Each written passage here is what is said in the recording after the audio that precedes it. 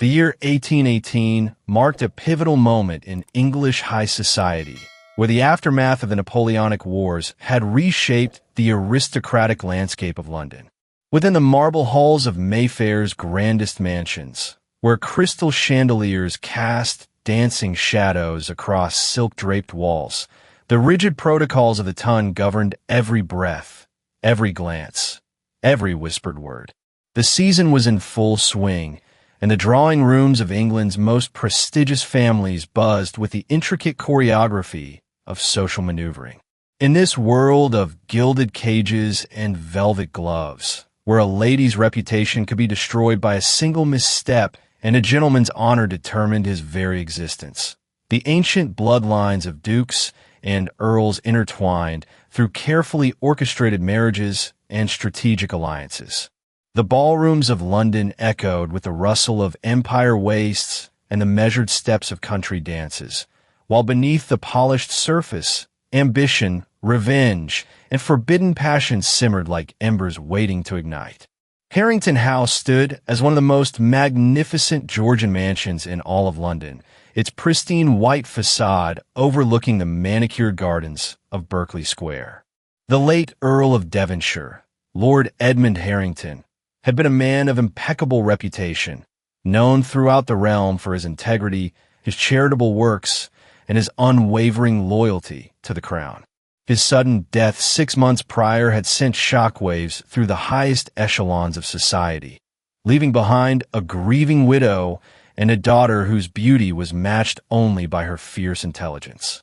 Lady Isabella Harrington, now 22 years of age, possessed the kind of ethereal beauty that made grown men stumble over their words and society matrons whisper behind their fans. Her auburn hair caught the light like burnished copper, and her emerald eyes held depths that seemed to see straight through to one's soul. Dressed in the finest silks and adorned with the family's legendary pearls, she moved through the grand salons with the grace of a swan. Yet those who looked closely might notice the steel beneath the silk, the carefully controlled fire behind her composed exterior.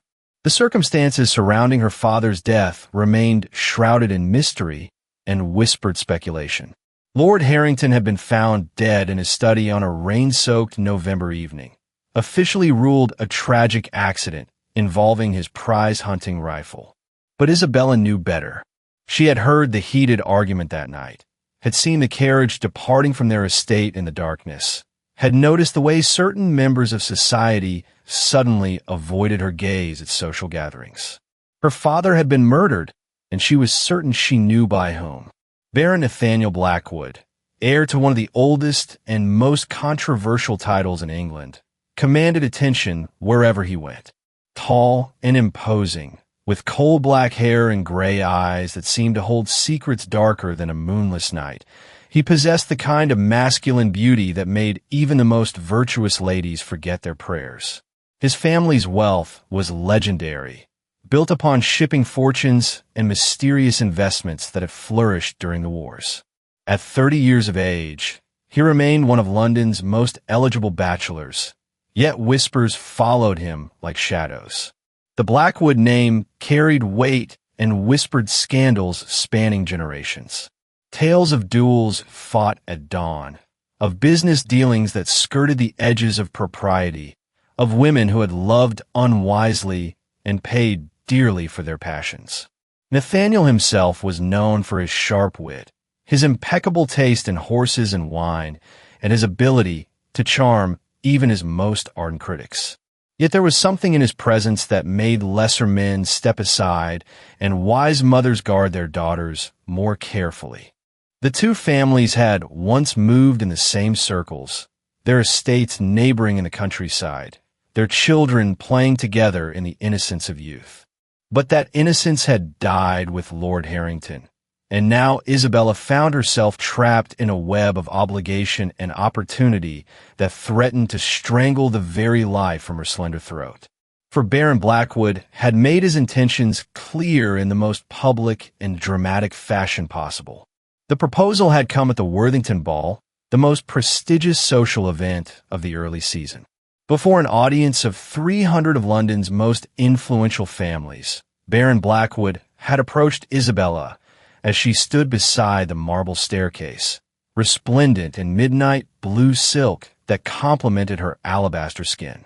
The crowd had fallen silent as he dropped to one knee, producing a ring that caught the candlelight like captured starfire. His voice had carried across the hushed ballroom as he spoke words of devotion and desire, painting a picture of a future filled with passion and prosperity. He spoke of uniting their estates, of the children they would raise, of the love he claimed to have harbored for her since childhood. The crowd had gasped and sighed, caught up in the romance of the moment, while Isabella stood frozen, her mind racing with memories of her father's cold body and the knowledge that burned like acid in her chest. She had requested time to consider his proposal, her voice steady despite the trembling of her hands. The Baron had risen gracefully, pressing a kiss to her gloved fingers that lasted a heartbeat too long, his gray eyes meeting hers with an intensity that spoke of possession rather than love. The crowd had erupted in applause and congratulations, while Isabella smiled and curtsied, playing her part in this elaborate charade while her heart screamed for justice. Now, as she stood in her private apartments overlooking the gardens where she had once played with her beloved father, Isabella made a decision that would change everything. She would accept Baron Blackwood's proposal, but not for the reasons society would assume. She would enter his world, gain his trust, and learn his secrets. And then, when the moment was right, she would destroy him as completely as he had destroyed her family. The game was about to begin.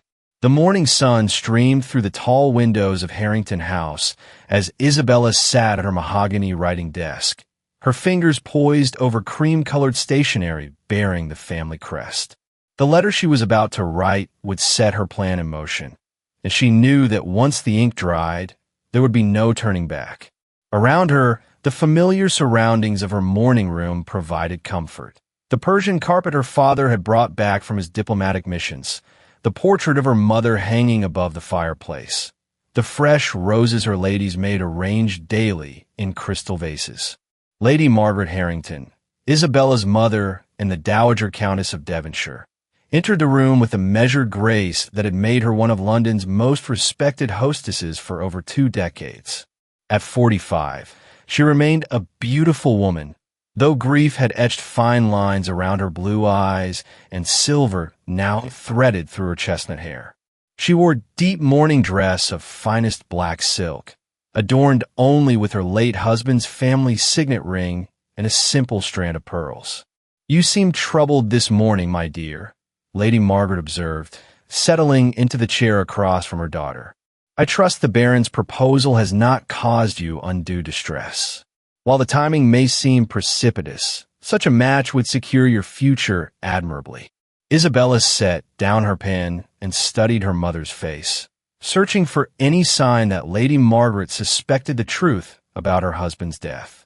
But her mother's expression remained serene, tinged only with the gentle melancholy that had become her constant companion since becoming a widow. "I have decided to accept his proposal," Isabella announced, watching carefully for her mother's reaction. Lady Margaret's face brightened for the first time in months. "Oh, my darling, I am so pleased. Lord Blackwood is certainly a catch, and your father always spoke highly of the family standing. Though I confess, I sometimes wondered about the circumstances that kept them abroad for so many years during your childhood." This comment sparked Isabella's attention like flint striking steel. "What circumstances, Mama?" "Oh, nothing scandalous, I'm sure. There were simply business matters that required the old Baron's attention on the continent. Shipping interests, I believe, though Edmund always remained rather vague about the details."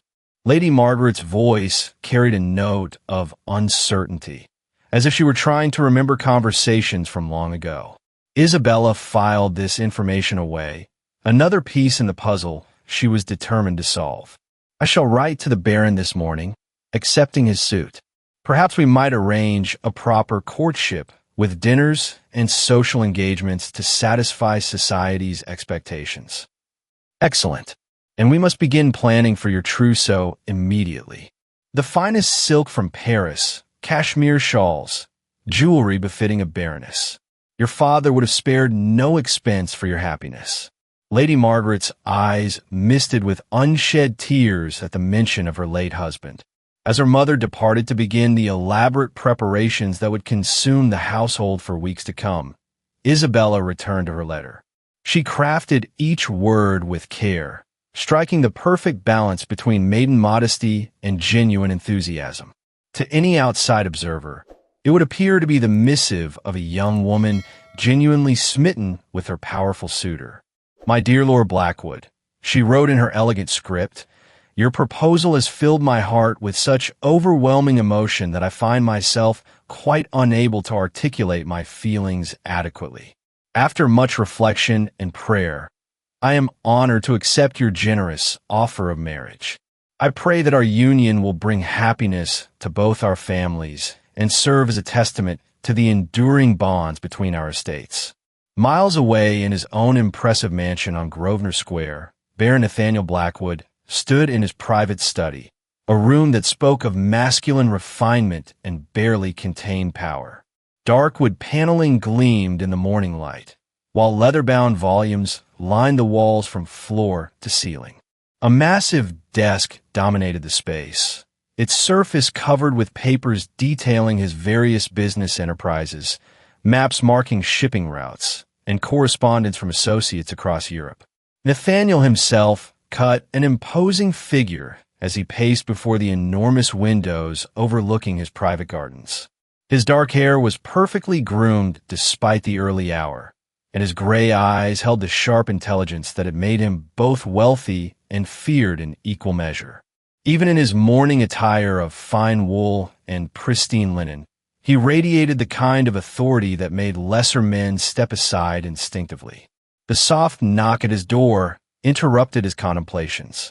"Enter," he commanded, his voice carrying the crisp tones of aristocratic breeding.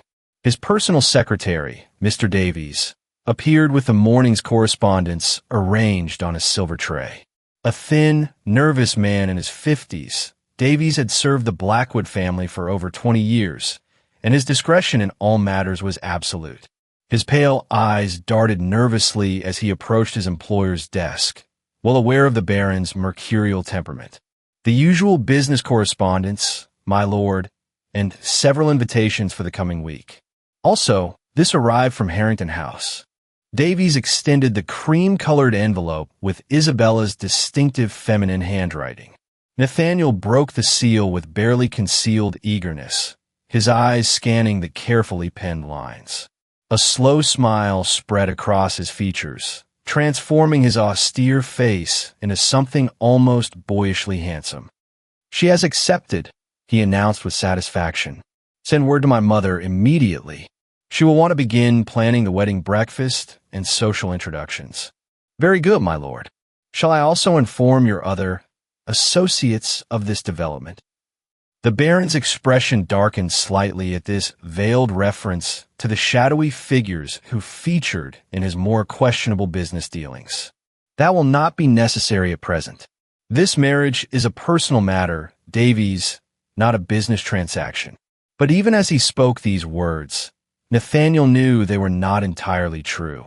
Isabella Harrington represented far more than a beautiful wife and a prestigious match.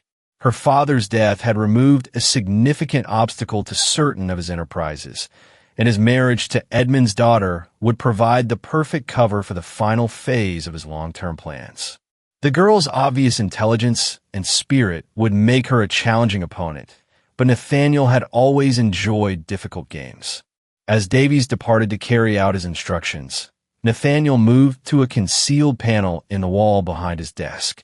The hidden compartment contained documents that would destroy him if they ever came to light.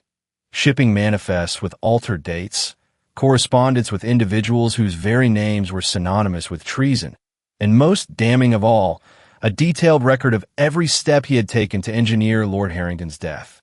Edmund Harrington had discovered too much about Nathaniel's wartime activities, his dealings with French agents, his role in supplying information that had led to British defeats and the deaths of hundreds of soldiers. The old Earl had been prepared to expose him publicly, to see him hanged for treason and his family's name destroyed forever. Nathaniel had been left with no choice but to act decisively. The hunting accident had been planned with meticulous care, every detail calculated to appear tragically plausible. Lord Harrington's own rifle, tampered with to misfire at precisely the right moment. The rainy weather that had kept servants indoors and provided cover for Nathaniel's arrival and departure.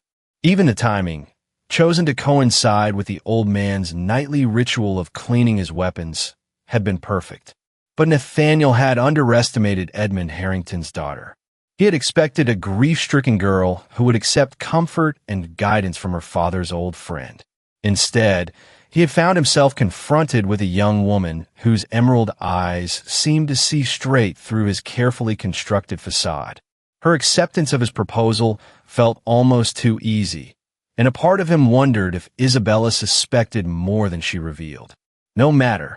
He was confident in his ability to manage one sheltered aristocrat, no matter how intelligent she might be.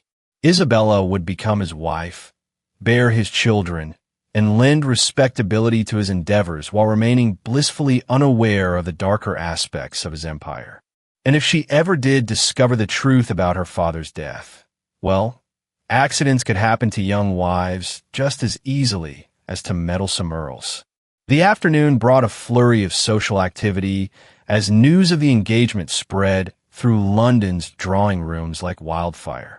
Isabella found herself the center of attention at Lady Pemberton's tea party, surrounded by excited matrons and envious young ladies, all eager for details about her romantic conquest of one of England's most elusive bachelors. "Such a handsome couple you will make," gushed the Duchess of Marlborough, a formidable woman whose approval could make or break a reputation. The Baron has been far too selective in his attentions, but clearly he was waiting for the perfect bride. Isabella smiled graciously while inwardly noting every comment, every reaction, every hint of information about her intended husband's reputation. She was particularly interested in the subtle warnings disguised as advice from older ladies who had known the Blackwood family longer. "The Baron's dear mother will be such a help to you," offered Lady Sinclair with a meaningful look. "The poor woman has endured such trials over the years. First her husband's untimely death, then those dreadful rumors about the family's continental business affairs. But she has always maintained such dignity." This was exactly the kind of information Isabella needed. She filed away every detail, every innuendo, every carefully worded hint that might lead her closer to the truth about Baron Blackwood's secrets. As the afternoon wore on, she began to see the outline of a strategy forming in her mind. She would need allies, people who could provide information and support when the time came for her to strike. The game of deception had begun in earnest, and Isabella was determined to emerge victorious. The grand ballroom of Blackwood Manor glowed with the light of 1,000 candles as London's elite gathered for the official engagement celebration. Crystal chandeliers cast prisms of light across silk gowns and jeweled tiaras, while the sound of violins drifted through air perfumed with hothouse flowers and expensive French perfume. Isabella stood at the receiving line beside her intended husband, playing the role of the blushing bride-to-be with an expertise that would have impressed the finest actresses of Drury Lane. Blackwood Manor itself was a testament to centuries of accumulated wealth and power. The Georgian facade concealed opulent interiors decorated with priceless artwork looted from continental palaces, Turkish carpets that had cost more than most men earned in a lifetime, and furniture crafted by master artisans for kings and emperors. Every surface gleamed with gold leaf and precious stones, creating an atmosphere of almost overwhelming luxury that was designed to intimidate as much as impress. Baron Nathaniel Blackwood stood beside Isabella with proprietorial pride, his hand resting possessively on her gloved arm as they greeted their guests. He wore evening dress of midnight blue velvet with diamond buttons that caught the candlelight, while his cravat was secured with a pin containing what was rumored to be Marie Antoinette's own sapphire. His dark hair was perfectly arranged, and his gray eyes held a warmth that never quite reached the depths where his true nature lurked. Lady Isabella appears quite radiant this evening. Observed the Duke of Wellington himself, one of the most prestigious guests in attendance. The Iron Duke had known her father well and clearly approved of the match, though Isabella noticed a slight hesitation in his manner when addressing the Baron directly. "Your Grace is too kind," Isabella replied with a curtsy that showcased both her grace and the magnificent emerald necklace that had belonged to her grandmother. "I confess myself quite overwhelmed by such generosity and attention." As the evening progressed, Isabella found herself separated from Nathaniel as propriety demanded they mingle with different circles of guests. This provided her with the perfect opportunity to gather intelligence while maintaining her cover as an innocent bride-to-be. She moved through the crowd with practiced ease, her emerald silk gown rustling softly as she paused to speak with various members of society. In a library adjoining the ballroom, she encountered Lord Frederick Ashworth, a young man whose family had served alongside her father in various diplomatic missions. Frederick was known for his intelligence and his sometimes unfortunate tendency toward honesty, making him exactly the sort of person who might possess useful information. "Lady Isabella," Frederick bowed with obvious pleasure at seeing her. "May I say how surprised I was to learn of your engagement? Though I suppose Baron Blackwood is considered quite the catch among the matrimonially inclined. You sound as though you have reservations about the match," Isabella observed carefully, noting the way Frederick glanced around to ensure they were not overheard. Frederick lowered his voice conspiratorially. "Your father and mine served together in various capacities during the war years. There were questions about certain intelligence leaks that seemed to benefit French interests rather extraordinarily. Nothing was ever proven, you understand, but your father had begun making inquiries shortly before his death." Isabella's heart raced, but she maintained her composure perfectly. "How interesting. Papa never spoke of such matters at home." "Naturally. Of course not. But I thought you should know that Lord Harrington was a man of uncompromising integrity. If he had lived to complete his investigation." Frederick's words trailed off meaningfully. Before Isabella could respond, a familiar voice interrupted their conversation. "My dear Frederick, surely you are not monopolizing my beautiful fiancé for the entire evening." Baron Blackwood appeared at Isabella's elbow with the silent grace of a hunting cat, his smile charming, but his eyes holding a warning that Frederick was wise enough to heed. "Not at all, Blackwood. I was merely reminiscing about old times. Lady Isabella, I hope you will save a waltz for an old family friend." Frederick bowed and departed quickly, but not before giving Isabella a look that promised further conversation when circumstances permitted. Nathaniel offered his arm to escort Isabella back to the ballroom, his touch gentle but firm. Young Ashworth has always been prone to romanticism and gossip. I hope he has not been filling your head with foolish stories." "Oh no," Isabella replied with perfect innocence. "We spoke only of childhood memories and mutual acquaintances. He seems quite harmless." "Indeed. Shall we rejoin our guests? I believe the dancing is about to commence, and I am most eager to claim the first waltz with my intended bride." The ballroom had been cleared for dancing, with couples positioning themselves for the opening waltz. Isabella allowed Nathaniel to lead her onto the floor, acutely aware of the hundreds of eyes watching their every move. As the orchestra began the familiar strains of a Viennese waltz, she placed her gloved hand in his and allowed him to guide her into the intricate steps. Nathaniel was an accomplished dancer, moving with the fluid grace of a man equally comfortable in ballrooms and on battlefields. His hand at her waist was warm and sure, while his gray eyes never left her face as they spun across the polished floor. To the watching crowd, they appeared to be the very picture of romantic perfection, but Isabella was intensely aware of the dangerous game they were both playing. "You look exquisite tonight," Nathaniel murmured as they executed a particularly complex turn. That emerald necklace suits you admirably, though I confess I am eager to see you wearing the Blackwood diamonds instead. You are too generous, my lord, though I hope I may continue to wear my family's jewelry as well. These pieces hold such sentimental value. Something flickered in his eyes at her mention of family sentiment.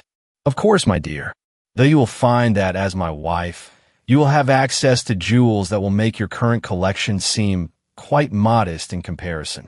As they danced, Isabella became increasingly aware of the subtle ways Nathaniel was already asserting ownership over her. His touch lingered longer than strictly necessary. His compliments carried undertones of possession, and his smile held promises that made her skin crawl despite their romantic setting. She forced herself to respond with appropriate maiden shyness, all the while cataloging every detail of his behavior for future reference. The waltz ended to enthusiastic applause, and Nathaniel escorted her to the refreshment table where crystal glasses of champagne and elaborate confections awaited. The finest French champagne sparkled like liquid gold in the candlelight, while delicate pastries and exotic fruits created a display worthy of Versailles itself. I have a surprise for you, Nathaniel announced, producing a small velvet box from his jacket. An engagement gift to mark this most special of occasions. Inside the box lay a ring of extraordinary beauty and obvious value.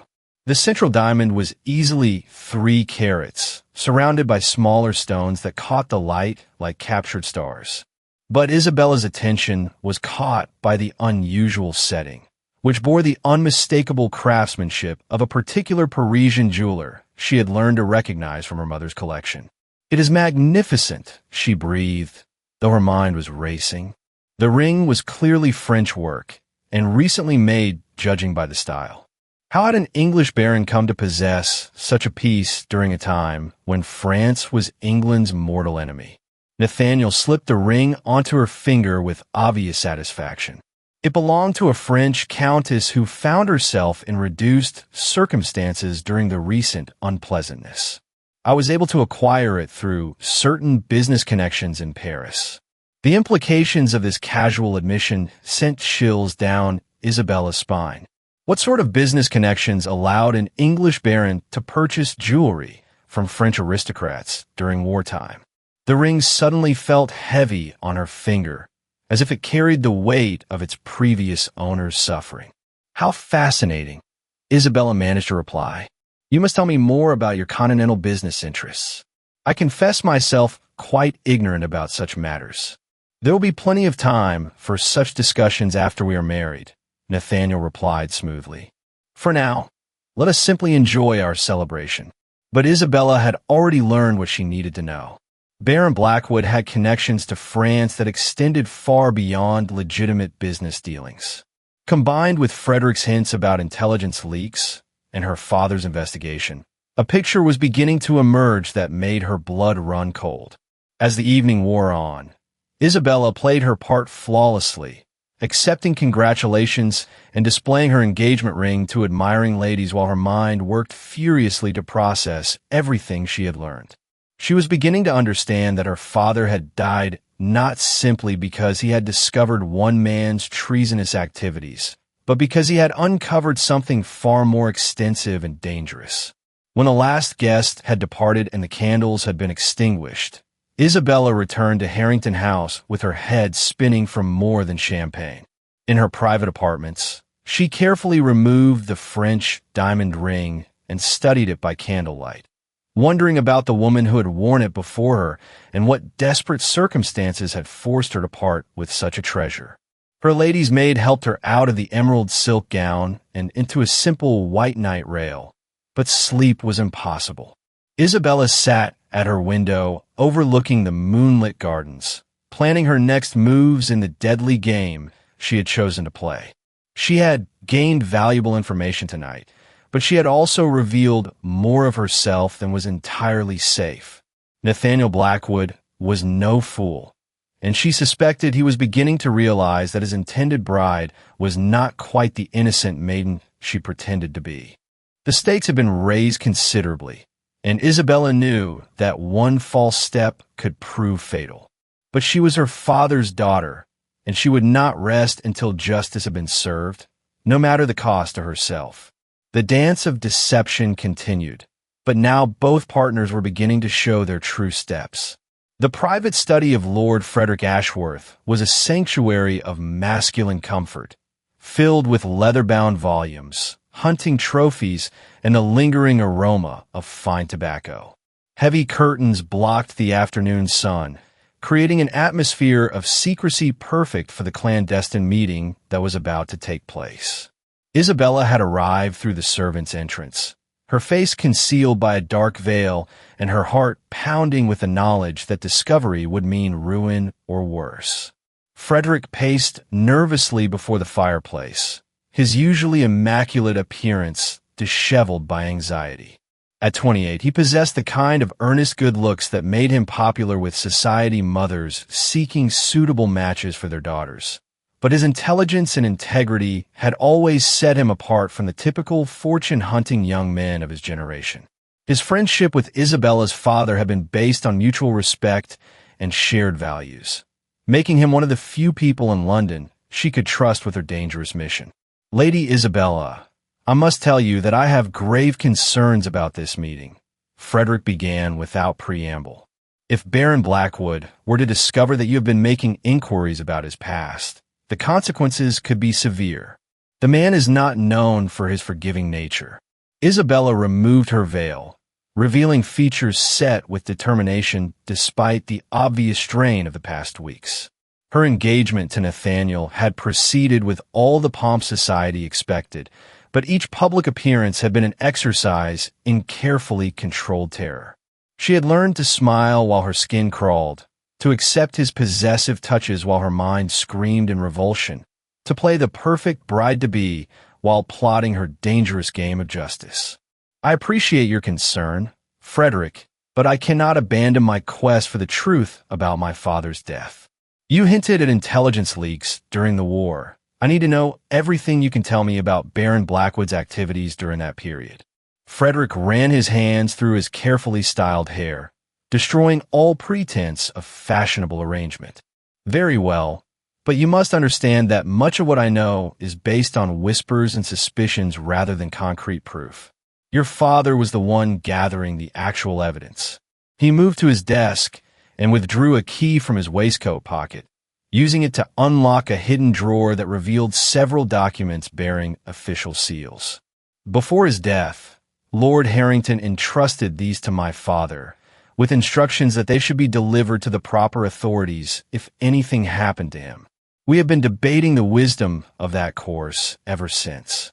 Isabella leaned forward eagerly as Frederick spread the papers across his desk. The documents appeared to be shipping manifests, correspondence, and what looked like financial records spanning several years during the height of the Napoleonic conflict. Even her untrained eye could see that the patterns they revealed were deeply suspicious. These manifests show cargo ships departing English ports with declared destinations of British colonies, but the return dates and cargo records suggest they made undeclared stops along the French coast, Frederick explained, pointing to specific entries. The financial records indicate payments far exceeding what such legitimate trade would generate. Isabella studied the papers intently, her quick mind grasping the implications immediately. He was supplying the French with British goods while the war was raging. But this goes beyond simple profiteering. These dates correspond to major British military campaigns. Precisely. And here, Frederick indicated another set of documents, are copies of correspondence between Baron Blackwood and individuals whose names appear on lists of known French agents. Your father believed that Nathaniel was not merely selling goods to the enemy, but actively providing intelligence about British troop movements and strategic plans. The magnitude of the betrayal took Isabella's breath away. Nathaniel Blackwood had not simply committed treason for profit. He had been directly responsible for the deaths of countless British soldiers, including friends and family members of people she knew personally. The charming facade he presented to London society concealed a monster of unprecedented callousness. There is more, Frederick continued grimly. Your father discovered that Baron Blackwood had been using his shipping connections to help French aristocrats and their wealth escape the Revolution and later Napoleon's regime. The jewelry he has been gifting you, the artwork in his mansion, even some of the furnishings, all acquired through his treasonous connections. Isabella thought of the French diamond ring currently resting in her jewelry box, and her stomach churned with revulsion. She had been wearing the stolen treasures of Nathaniel's victims, her engagement ring purchased with blood money from his betrayal of his own country. But why has this evidence not been presented to the authorities? Isabella demanded. Surely such proof would be sufficient to see him hanged for treason. Frederick's expression grew even more troubled. That is where the situation becomes truly dangerous, my lady. Your father suspected that Baron Blackwood was not acting alone, that his network included highly placed individuals within the government itself. Presenting this evidence to the wrong person could result in its disappearance and the elimination of anyone who possessed knowledge of its existence. The implications of this revelation struck Isabella like a physical blow. If Nathaniel had allies within the government, then her father's murder had been orchestrated by people with the power to make anyone disappear without trace. Her own investigation had placed her in mortal danger, and now she had inadvertently involved Frederick as well. I have been such a fool, she whispered, sinking into a leather chair. I thought I could expose him through careful investigation and social maneuvering, but if his network extends into the highest levels of government. Not a fool, Frederick assured her firmly. Brave beyond measure, but perhaps lacking an appreciation for the full scope of the danger. Lady Isabella, you must consider abandoning this quest and finding some way to break your engagement. Perhaps a scandal could be arranged, something that would make you unsuitable as a bride without revealing your true purpose. But Isabella was already shaking her head with determination that reminded Frederick painfully of her late father. No, Frederic, I have come too far to retreat now. And besides, what sort of life would I have knowing that my father's killer walks free while I hide in shame? If Nathaniel Blackwood is part of a larger conspiracy, then exposing him becomes even more critical. Then what do you propose to do with this information? Isabella stood and began pacing, her mind working furiously to process all she had learned. First, we must identify someone in authority who can be trusted absolutely. Someone whose loyalty is beyond question and whose position gives them the power to act on this evidence. Second, we need additional proof that connects Baron Blackwood directly to specific acts of treason, something so damning that his co-conspirators cannot afford to protect him. And how do you propose to obtain such evidence? You can hardly search his private papers while playing the loving fiancé. A slow smile spread across Isabella's face, transforming her features with an expression that would have terrified anyone who knew her as a sheltered society maiden. Actually, Frederick, that is precisely what I intend to do. In 2 weeks, Nathaniel is hosting a house party at his country estate in preparation for our wedding. I will be staying there as his honored guest, with access to areas of the house that would normally be forbidden to outsiders. Frederick stared at her in horror. Lady Isabella, you cannot be serious. To place yourself entirely within his power, far from any help or protection, would be the height of madness. If he suspects what you are planning, then I must ensure that he does not suspect, Isabella replied with calm determination. I have been perfecting my performance as an adoring bride-to-be for weeks now. Nathaniel's arrogance makes him vulnerable.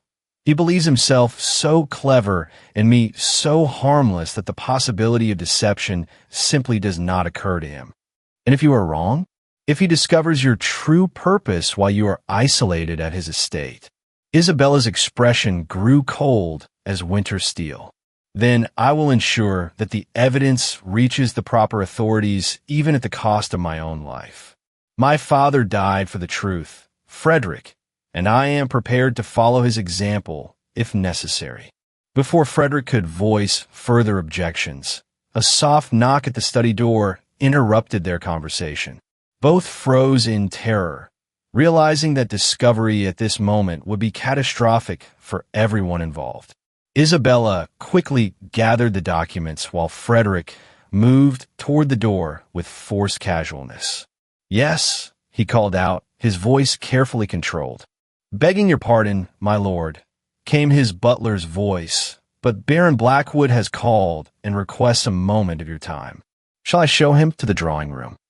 Isabella's blood turned to ice in her veins. Nathaniel's arrival could not possibly be a coincidence. Somehow, he had learned of their meeting. She looked frantically around the study for a place to hide, but Frederick was already moving with quick efficiency born of desperation. "Show the Baron to the drawing room and offer him refreshment," Frederick called through the door.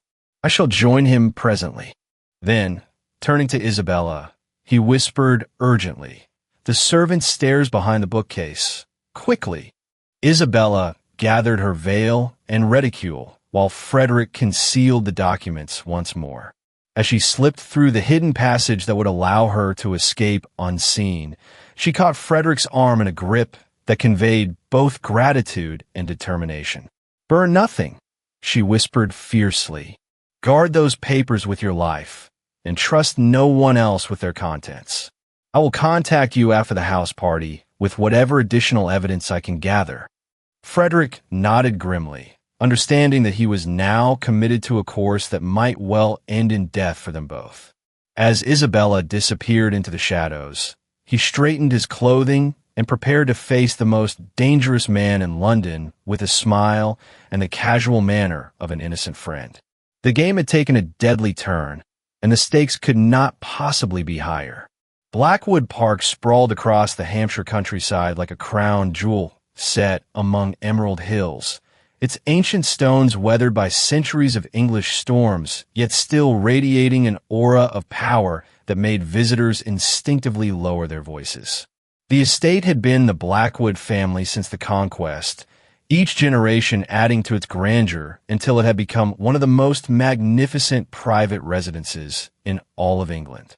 Gothic towers rose against storm-laden skies, while formal gardens stretched toward horizons marked by dark forests that had once sheltered kings during royal hunts. Isabella's carriage approached the imposing facade through an avenue of oak trees, so old their massive trunks could have hidden entire armies. Despite her careful preparation for this moment, she felt her resolve wavering as the full magnitude of what she was attempting became clear. She was about to enter the very heart of her enemy's domain, where his power was absolute, and her own safety would depend entirely on her ability to maintain a perfect performance under circumstances of unimaginable stress. The house party had been planned as a celebration of their upcoming nuptials, with 24 of London's most prominent families invited to spend a week enjoying the pleasures of country life, while witnessing the final preparations for what society anticipated would be the wedding of the decade. Isabella's own mother had departed that morning in a separate carriage, her excitement about the approaching ceremony both touching and heartbreaking given what her daughter truly intended to accomplish. Baron Nathaniel Blackwood himself waited at the grand entrance to greet his guests, resplendent in country attire that somehow managed to suggest both casual elegance and barely restrained power. His dark hair caught the afternoon light as he moved with fluid grace to hand Isabella down from her carriage, his gray eyes holding warmth that never quite reached their depths. To any observer, he appeared to be the perfect gentleman welcoming his beloved bride-to-be to what would soon become her home. "My dearest Isabella," he murmured, pressing a lingering kiss to her gloved hand. "Welcome to Blackwood Park. I hope you will find it everything you have dreamed your future home would be." Isabella allowed herself to be handed down with appropriate maiden grace, though her skin crawled at his touch. "It is magnificent beyond words, Nathaniel. I feel quite overwhelmed by such grandeur." The entrance hall of Blackwood Park was designed to intimidate as much as impress, with soaring ceilings supported by marble columns that had been looted from a Roman temple during the Grand Tour craze of the previous century. Priceless tapestries depicting scenes of conquest and victory lined the walls, while a double staircase curved upward toward a gallery lined with portraits of stern-faced ancestors whose eyes seemed to follow visitors with knowing malevolence. Other guests were already in residence, their carriages and servants creating a controlled chaos of arrival that provided perfect cover for Isabella's careful observation of her surroundings. She noted the positions of doors and windows, the locations of servants' passages, and most importantly, the wing of the house where Nathaniel's private apartments were situated. Tonight, when the household slept, she would begin her dangerous search for the evidence that would bring him to justice. Lady Margaret Blackwood, the Baron's mother and the official hostess of the gathering, approached with the measured dignity that had made her one of society's most respected dowagers, despite the whispered rumors that had always surrounded her family. At 60, she remained an impressive woman, her silver hair perfectly arranged and her black silk gown adorned with the legendary Blackwood diamonds that had adorned queens and courtesans throughout their bloody history. "My dear child," Lady Margaret embraced Isabella with apparent warmth, though her pale blue eyes held in calculating coldness that belied her grandmother manner. "You must allow me to show you to your apartments personally. I have selected rooms that belong to my own dear mother, God rest her soul. They command the most beautiful views of the rose gardens." Isabella curtsied appropriately and allowed herself to be escorted through corridors lined with artwork that represented centuries of accumulated wealth and questionable taste. She noticed that many of the pieces appeared to be continental work, undoubtedly acquired through Nathaniel's treasonous connections during the recent conflicts. Each painting and sculpture represented the suffering of families torn apart by war and revolution, their treasures stolen by the man she was now expected to marry.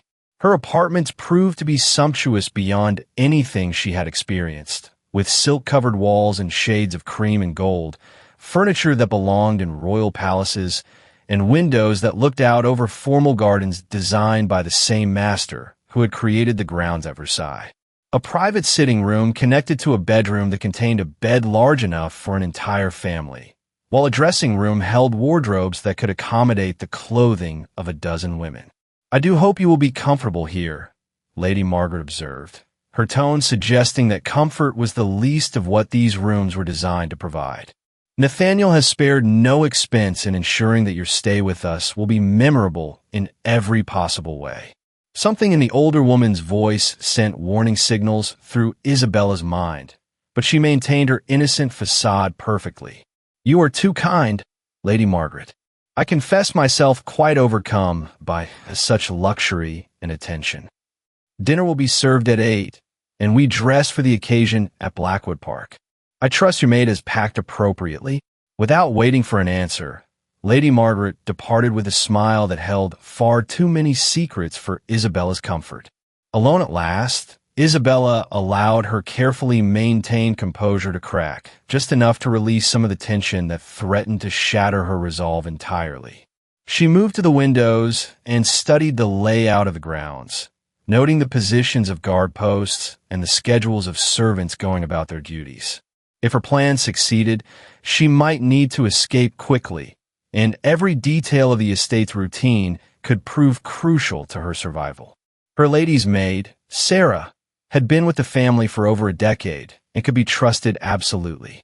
More importantly, Sarah's brother worked in the stables at Blackwood Park, providing a potential ally within the enemy's household if circumstances became desperate. Isabella had prepared for this contingency by arranging signals that would allow communication without arousing suspicion. The afternoon passed in a blur of social obligations as Isabella played her part in the elaborate charade of a country house party. She walked in the gardens with other young ladies, admired the Baron's collection of bloodstock with appropriate feminine ignorance, and sat through an interminable musical performance by Lady Worthington's daughter, whose talents lay decidedly outside the realm of vocal entertainment. Throughout these activities, Isabella maintained constant awareness of Nathaniel's location and routine. She observed that he spent considerable time in correspondence, that certain servants approached him with messages that were clearly not related to household management, and that he maintained a private study in the East Wing where visitors were not permitted under any circumstances. Dinner proved to be an elaborate affair, served in a dining room that could have accommodated 50 guests comfortably. The table groaned under the weight of gold plate and crystal that caught the light of hundreds of candles, while liveried servants moved with silent efficiency to present course after course of exotic delicacies. Isabella found herself seated at Nathaniel's right hand, the position of honor that reinforced her status as his intended bride, while providing him with constant opportunity to display his possessive attention. "I hope you will find our country entertainments sufficiently engaging," Nathaniel murmured during the fish course, his hand briefly covering hers in a gesture that appeared casual but felt like a trap closing around her fingers. "Tomorrow we shall have shooting for the gentlemen and perhaps a picnic by the lake for the ladies, weather permitting." "It all sounds delightful," Isabella replied with appropriate enthusiasm, though her mind was already focused on the opportunities such activities might provide for her clandestine investigation. "I confess myself eager to explore more of your beautiful estate. Then perhaps I might show you the family portrait gallery after dinner?" The evening light through the clear-story windows creates quite a dramatic effect, and you should become acquainted with your future ancestors. The way he spoke of her future as fait accompli sent chills down Isabella's spine, but she nodded agreement with every appearance of pleasure. As the evening progressed through multiple courses and increasingly elaborate wines, she found herself studying the other guests for signs of who might be trusted if her situation became desperate. Most appeared to be exactly what they seemed: wealthy, privileged, and completely oblivious to the dark currents flowing beneath the surface of their host's hospitality. When the ladies withdrew to allow the gentlemen their port and cigars, Isabella found herself trapped in conversations about wedding preparations and domestic arrangements that felt like elaborate forms of torture. She smiled and nodded and offered appropriate comments, while her mind raced with plans for the night's reconnaissance mission. The portrait gallery proved to be exactly as dramatic as Nathaniel had promised, with dozens of paintings depicting Blackwood ancestors in varying stages of historical costume and moral corruption. The family resemblance was unmistakable, generation after generation of dark-haired, gray-eyed men and women whose expressions suggested they had found the world's moral constraints to be merely suggestions rather than absolute requirements. "This is my great-grandfather, the 3rd Baron." Nathaniel indicated a painting of a man whose resemblance to himself was startling. "He made our fortune during the 7 Years' War through what polite society would term aggressive commerce. The family has always believed that patriotism should never interfere with profit." The casual admission of his family's tradition of placing personal gain above national loyalty was clearly intended to test Isabella's reaction. She managed to appear charmingly scandalized while inwardly cataloging this information as further evidence of the Blackwood family's flexible relationship with concepts of honor and duty. "How exciting to have such colorful ancestors," she replied with exactly the right mixture of shock and fascination. "Though I suppose every old family has its share of romantic adventures and commercial enterprises." Nathaniel's smile suggested that he was pleased with her response, though Isabella sensed undercurrents of calculation behind his apparent satisfaction.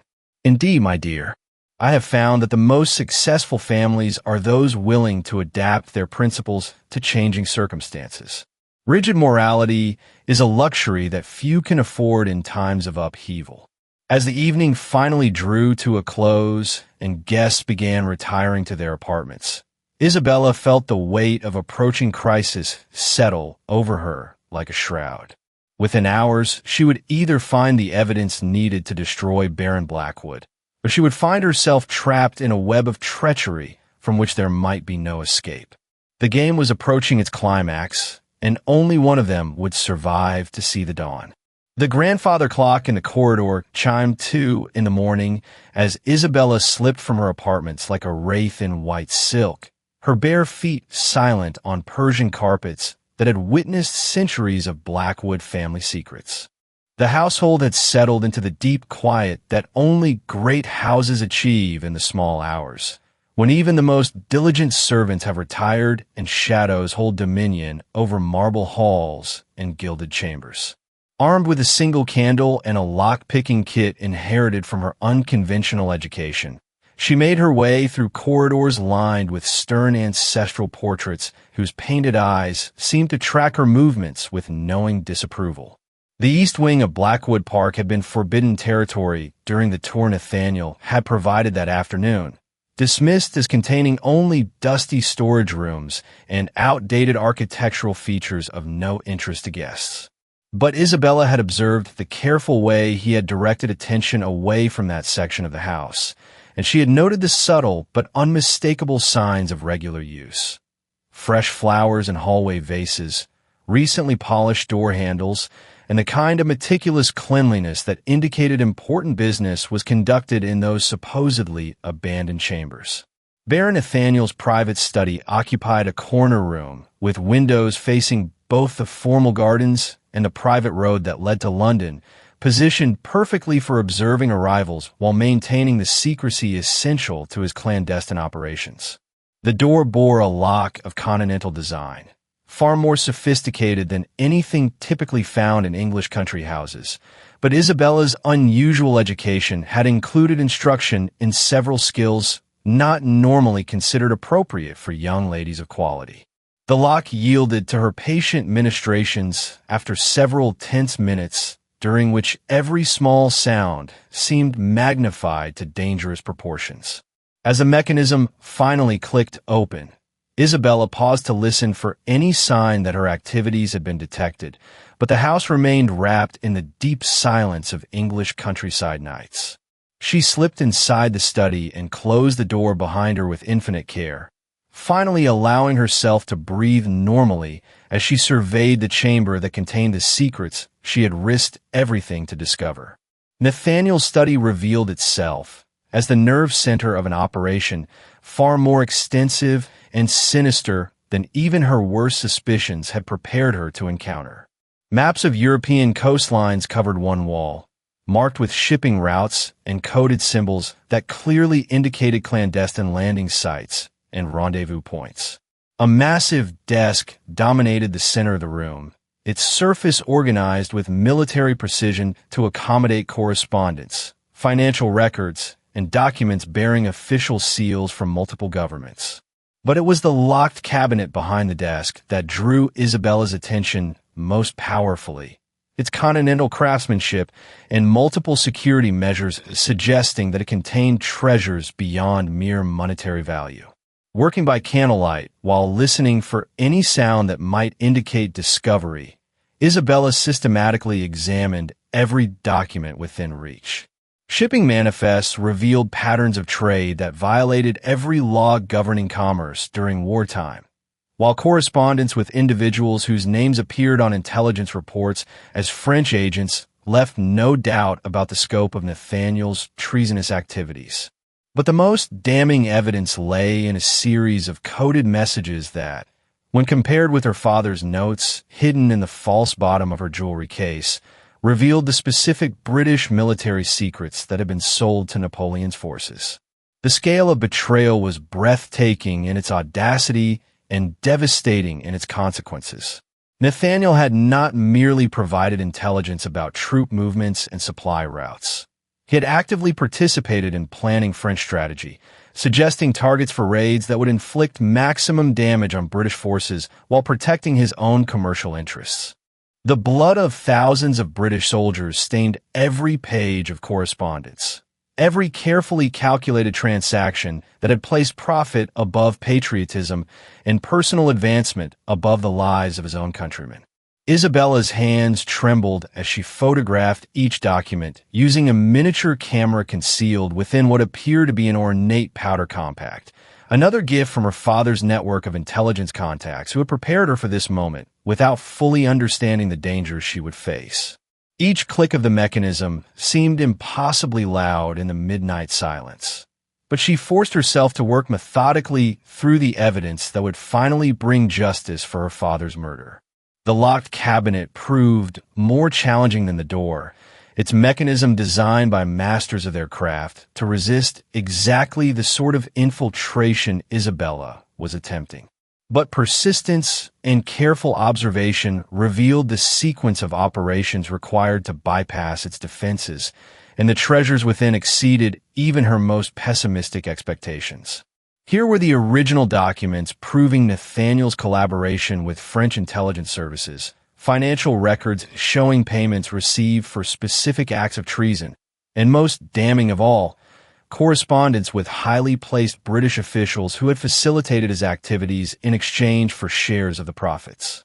The conspiracy reached into the highest levels of government and society, encompassing men whose names were synonymous with British honor and patriotic service.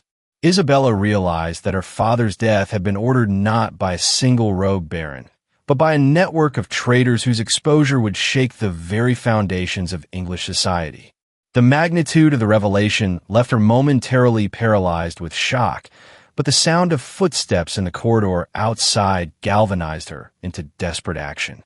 She worked frantically to photograph the remaining documents while calculating her chances of escaping undetected. The footsteps had paused outside the study door, and she could hear the soft sound of someone testing the handle with the careful precision of a person who knew exactly what they were looking for. Discovery at this moment would mean certain death, but Isabella had not come this far to retreat without the evidence that would avenge her father and expose the conspiracy that had claimed his life. The door opened with a whispered precision of well-oiled hinges as Isabella completed her photography and began the desperate process of returning everything to its original position. Baron Nathaniel Blackwood entered his private sanctuary with the fluid grace of a hunting predator, his gray eyes immediately locating her crouched figure beside the violated cabinet. He wore a dressing gown of midnight silk over evening clothes that suggested he had never intended to sleep, and his expression held the cold satisfaction of a man whose carefully laid trap had finally captured its intended prey. "My dear Isabella," he said softly, his voice carrying the dangerous calm that marked truly lethal men when their patience had finally been exhausted. "I confess myself both impressed and disappointed by your performance this evening. Impressed by your remarkable skills at deception and infiltration. Disappointed by your inability to appreciate the futility of opposing me." Isabella rose slowly to face him, her mind racing through options that all seemed to lead to the same inevitable conclusion. "I suppose there is no point in continuing the pretense of innocent affection. You killed my father, and I intend to see you hang for treason and murder." Nathaniel's smile was genuinely amused rather than merely threatening, as if her defiance provided entertainment rather than concern. "Your father was an idealistic fool who placed abstract concepts of patriotic duty above the practical realities of survival and profit. His death was regrettable but absolutely necessary to protect interests far more important than his individual life. British soldiers died because of information you provided to Napoleon. How many graves can you fill before your conscience finally protests? Conscience is a luxury I discarded long ago in favor of more practical considerations. Your father's investigation threatened not merely my own enterprises, but a network that has provided essential services to both sides of every European conflict for the past 2 decades. Such flexibility is invaluable in an uncertain world." Isabella realized that escape was impossible and discovery was complete, but she had accomplished her primary objective. The evidence was secured, and arrangements had been made to ensure its delivery to trustworthy authorities regardless of her own fate. "The documents I have photographed will destroy you and everyone associated with your conspiracy. My death will only ensure that your crimes receive even greater attention from the authorities. Nathaniel moved closer with the confidence of a man completely in control of the situation. "I think not, my dear. Your tragic death will be attributed to a riding accident, or perhaps a fall from the cliffs during a romantic moonlight walk. Such accidents are regrettably common among young women whose emotions overcome their prudence." But even as he spoke these words with casual certainty, the sound of galloping horses approached the house with an urgency that transformed Nathaniel's expression from confident superiority to genuine alarm. Torchlight flickered outside the windows as armed men surrounded Blackwood Park, while authoritative voices called for the immediate surrender of all occupants.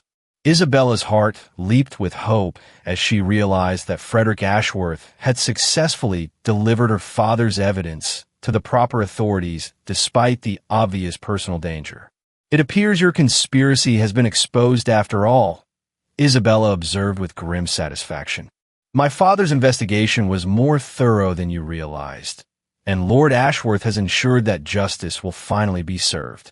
Nathaniel's mask of civilized courtesy finally slipped to reveal the cold ruthlessness that had always lurked beneath his charming exterior. "If I am to hang for treason, then you will share my fate here and now. Dead women cannot testify about documents they may or may not have discovered." But Isabella had one final card to play, a desperate gambit that had been her last resort from the beginning of this deadly game. As Nathaniel lunged toward her with murder in his gray eyes, she threw herself toward the window with all the strength desperation could provide. The ancient glass shattered under her impact, sending rainbow fragments spinning into the moonlit gardens below as she tumbled onto the rose-covered trellis that had been her planned escape route from the beginning. The thorns tore at her silk nightgown and left bloody scratches across her pale skin, but Isabella maintained her grip on the wooden framework as she descended toward the formal gardens where soldiers were already taking positions to prevent any escape. Above her, Nathaniel's furious curses echoed through the shattered window, but the sound of splintering doors and heavy boots on marble stairs indicated that his own options for flight had been permanently eliminated. Isabella collapsed onto the gravel path as strong hands helped her to safety, her body trembling with reaction, but her spirit soaring with the knowledge that justice had finally been achieved. The evidence she had gathered would ensure that Baron Nathaniel Blackwood and his fellow conspirators faced the full penalty for their treasonous crimes, while her father's murder would at last be avenged through the proper application of English law. The soldiers who surrounded her wore the uniforms of the King's Guard, while their commander bore credentials that identified him as Colonel Harrison, one of the few men in London whose integrity was considered absolutely beyond question. Isabella found herself wrapped in a military cloak while medical attention was summoned for her injuries. But her primary concern remained the security of the evidence that had cost so much to obtain.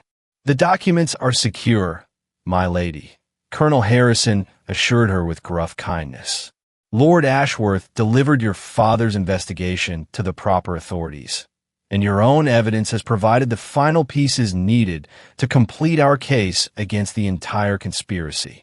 Baron Blackwood and his associates will face trial for high treason, and their executions will serve as a warning to others who might consider placing personal profit above national loyalty."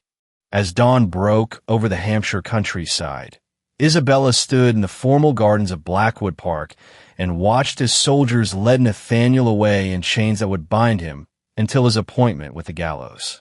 His gray eyes met hers one final time across the distance that separated justice from its victims, and she saw in them the recognition that she had proven herself more formidable than he had ever imagined possible.